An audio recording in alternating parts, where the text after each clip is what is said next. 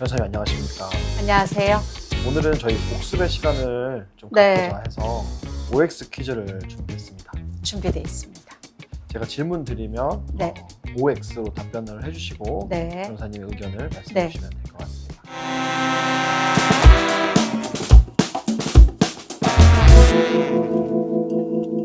첫 번째 질문 드릴게요. 피해자가 웃었다면 피해자가 아닐 가능성이 크다. X.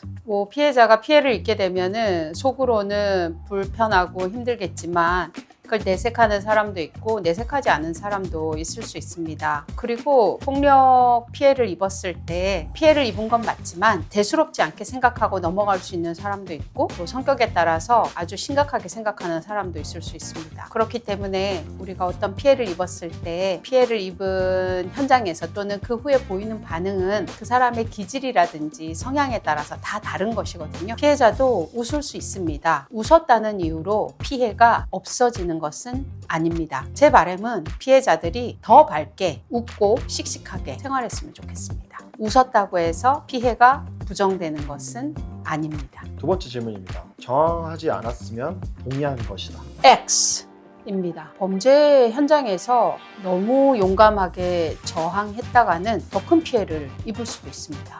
저항은 피해자의 권리이지 의무가 아닙니다. 신고가 느리면 진실성이 떨어진다. X. 피해자들이 모르는 사람으로부터 폭력 피해를 입는 경우보다 아는 사람으로부터 피해를 입는 경우가 많거든요. 그 사람하고의 관계성 때문에 신고할지 여부를 고민하는 경우가 정말 많이 있습니다. 그리고 우리들이 폭력 피해자에 대해 가지고 있는 편견이 있기 때문에 혹시 신고했다가 내가 손가락질 당하면 어떡하지? 이런 두려움 때문에 고민하느라고 신고 시기를 놓치는 경우도 많이 있습니다. 피해자가 신고하는 것은 본인이 결심했을 때 그때가 가장 적기라고 생각합니다. 늦게 신고했다는 이유로 피해를 의심하거나 부정하는 것은 잘못된 것입니다. 가해자는 평소에 좋은 사람이라서 그런 일을 안 할 것이다. X. 좋고 나쁘고와 성폭력 범죄를 저지르는 것은 상관이 없는 것 같습니다. 평상시에 좋은 일을 많이 하는 사람도 누군가하고의 관계에 있어서는 성폭력을 하는 경우들이 있습니다. 그리고 아주 문제가 많은 사람이라고 해서 꼭 성폭력을 하는 것도 아닙니다. 성폭력이라고 하는 것은 말 그대로 피해자하고의 관계에 있어서 원하지 않는 성적 접촉으로 피해자의 성적 자기결정권을 침해하는 것이거든요. 피해자의 진술만으로도 유죄 판단의 근거가 될 수 있다. X입니다. 피해자가 성폭력 피해를 입었다고 주장한다 그래서 가해자를 처벌할 수 있는 게 아닙니다. 피해자의 진술 그리고 그 피해자의 진술을 뒷받침할 수 있는 객관적인 정황 증거 이런 것들이 종합되어야지만 피해자 진술의 신빙성이 인정되는 것이거든요. 피해자의 진술과 피해자 진술의 신빙성은 다른 개념입니다. 피해자 진술의 신빙성이 있을 때에는 가해자를 처벌할 수 있지만 피해자가 진술했다 그래서 곧 신빙성이 인정되는 것은 아닙니다. 여러 가지 사건 발생 당시 그 전후의 객관적인 정황 증거들을 통해서 피해자의 진술이 믿을만하다라고 판단이 되었을 때 그때 비로소 신빙성이 부여가 되는 것입니다. 과거 연인이었으면 강제성이 성립하기 어렵다. X입니다. 과거의 연인이잖아요. 과거 연인이었다 하더라도 현재 피해자의 성적 자기결정권을 침해하게 되면 그것은 범죄가 되는 것이고요. 현재 연인 관계라고 하더라도 피해자의 의사에 반해서 성적 자기결정권을 침해하게 되면 그것은 범죄가 됩니다. 우리 예전에는 부부지간에는 성폭력 범죄가 성립하지 않았었는데요. 부부 사이에서도 배우자의 성적 자기결정권을 침해하게 되면 처벌하거든요. 혼인관계가 파탄이 나지 않은 경우에도 마찬가지입니다. 그렇기 때문에 우리가 어떤 이런 성적인 행위는 나의 의사만으로 행사할 수 있는 게 아니라 상대방의 협조가 있어야 하기 때문에 그 사람의 의사에 반해서 이루어지는 성적 접촉 행위는 폭력에 해당할 수 있습니다. 만취 상태의 동의는 유효하지 않을 수 있다. 맞습니다. 왜냐? 우리가 성적 자기결정권이라고 하는 거는 맨정신일 때 상대방이 나한테 요구하는 저런 요구가 어떤 의미인지 판단할 수 있어야지 내 성적 자기결정권을 행사할 수 있잖아요.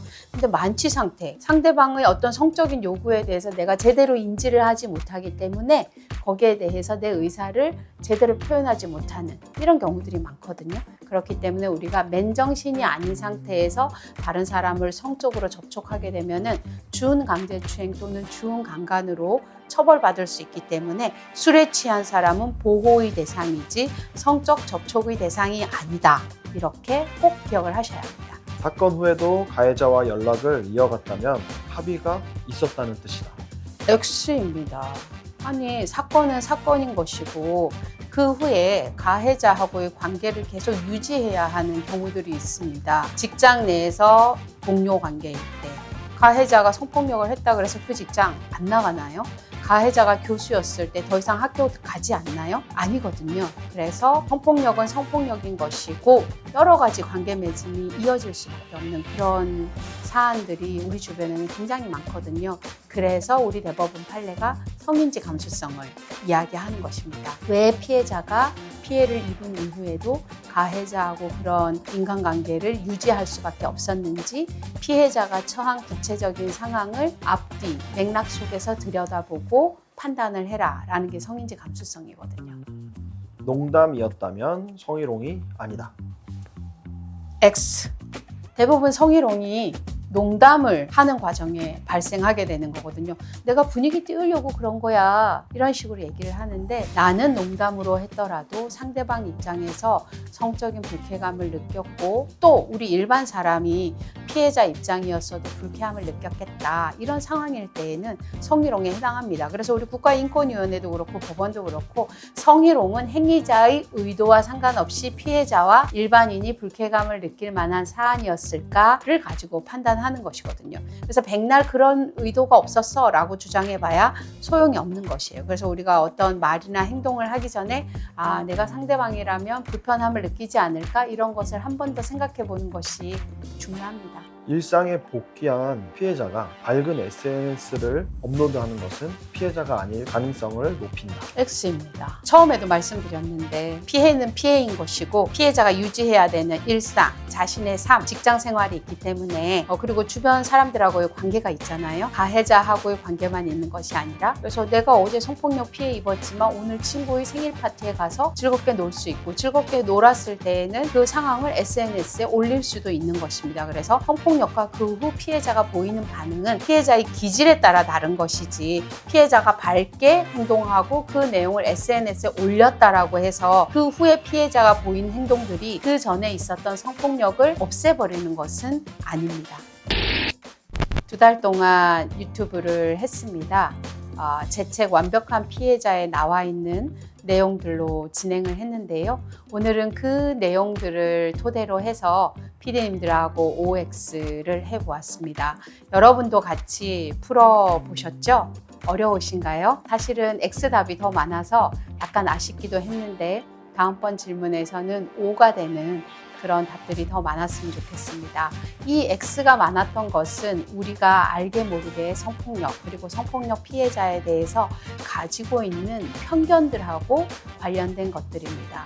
편견은 깨져야 합니다. 그래야지만 피해자가 조금 더 신속하게 자신의 피해를 주변에 이야기하고 법의 도움을 요청할 수 있게 됩니다. 편견 깨기. 우리 여러분들도 함께 해주시기 바랍니다. 오늘 OX를 통해서 이야기했던 부분은 여러분들께서 잘 이해를 하셨으면 좋겠는데 혹시 더 궁금하신 점들이 있으면 유튜브 채널 댓글에 올려주시기 바랍니다. 그러면 다음에 한 번 더 점검하고 복습하는 시간에 이야기를 나눠보도록 하겠습니다. 지켜보는 것에서 함께하는 것으로 감사합니다.